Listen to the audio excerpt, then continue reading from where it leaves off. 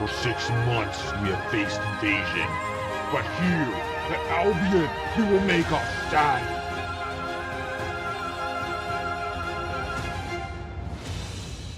Welcome everybody to this monthly update for Kalidasia Media Productions. I'm Jason, the creator of the Kalidasia universe. And yes, I realize there's a little bit of irony in monthly update there. I missed May, I missed June, but I've got July covered. And a lot of the reason I didn't have a whole lot to talk about there is there's some playtesting going on with the Colyath Guard, and there's a lot of stuff with the movie back here, the short film that I'm working on. So there isn't a lot of big things to show off. I got a little bit of a old VFX demo I could show right now of the Aragul costume, kind of in an Albion 8 type environment. This is a little bit of an early visual effects test. It kind of reflects what I'm thinking, but I'm going to be using some stock photos of desert type thing instead of having my own hand-drawn stuff, but more on that later as the production process goes along with that. Of course, if you are watching me on twitch.tv/rockerrobotics Thursday nights, 8 p.m. Eastern Time, I've been working a lot on also some other visual effects aspects of this short film. In particular, I've been building a factory. So I might be getting a little ambitious with some of these kind of virtual background things for the short film, and I've actually been, like I said, building a factory for the Aragul Empire. It's kind of ruined, beaten up. In particular, it's actually the factory you see in the Albion Under Siege trailer, where the fighters are all kind of dogfighting around it. Just a fun little reference to throw back to something happened, obviously in the trailer there. But in terms of the Colyath Guard, which is the big product that's coming out sometime later this year, I know I keep kind of saying, dates get pushed back. This is why I don't actually announce dates, if you're really curious. I try not to make any formal date announcements for any Kalidasia products, just because I really don't know when things are going to be done. But my goal here is actually to finish up playtesting by the end of August. I've got almost all the first round of playtesting done. So I've got my notes right here. My current state of playtesting for the Colyath Guard has kind of gone either dominating annihilation.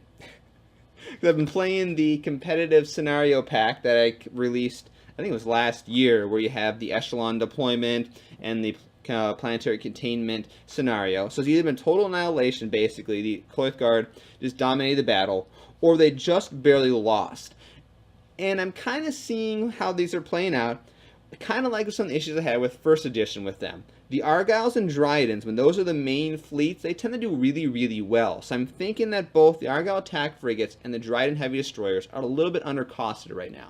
So probably bumping up their point cost by 1 or 2 points each, and then running some more playtesting, see how close I am.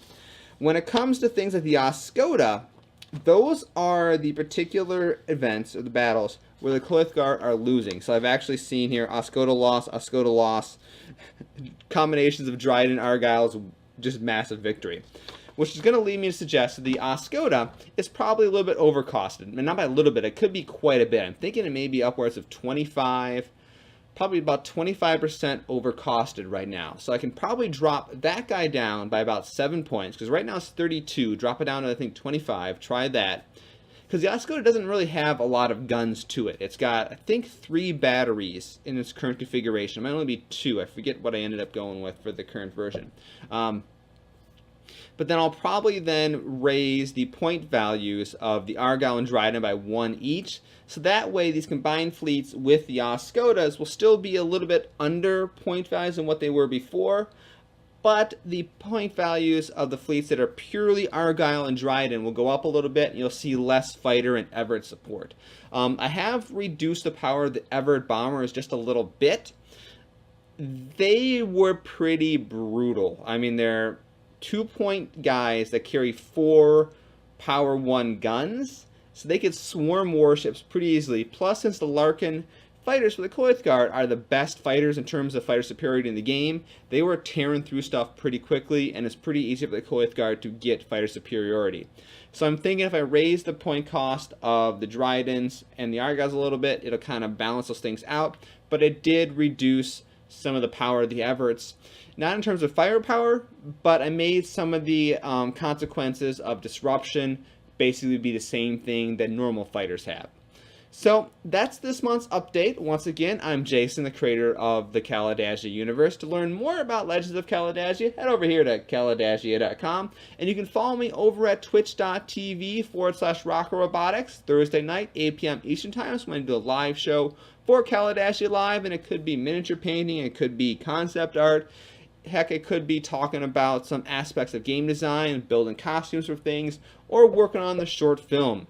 Hopefully by the end of September I've shot the video for the short film. It doesn't really matter, but we'll see how it goes, and probably over the winter I'll be doing a lot more visual effects, editing, getting that all taken care of. So with that, once again, thanks for watching, and have a good night. For 6 months we have faced invasion, but here, at Albion, we will make us stand.